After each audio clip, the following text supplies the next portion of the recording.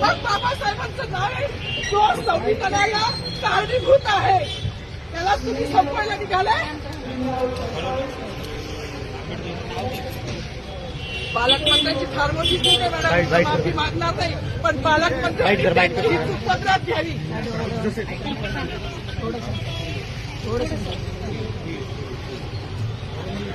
मला मीडियाशी घेणं नाही मॅडम, मला सस्पेंड केलं की वाळूचे गाड्या उपसी मी माती काम करीन, पण बाबासाहेबांची ओळख पुसून येणार मला सस्पेंड करायचं करू शकता.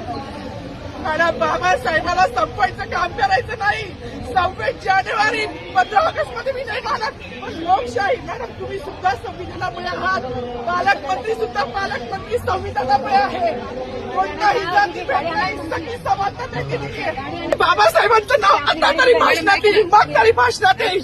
ज्या लोक संविधानाला लोकशाहीला कारणीभूत नाही त्यांची नावं वारंवार घेतली गेली, मग जो संविधानाला कारणीभूत आहे तो प्रजासत्ताक दिनाचा जो मानकरी आहे त्याचं नाव भाषणात का नाही.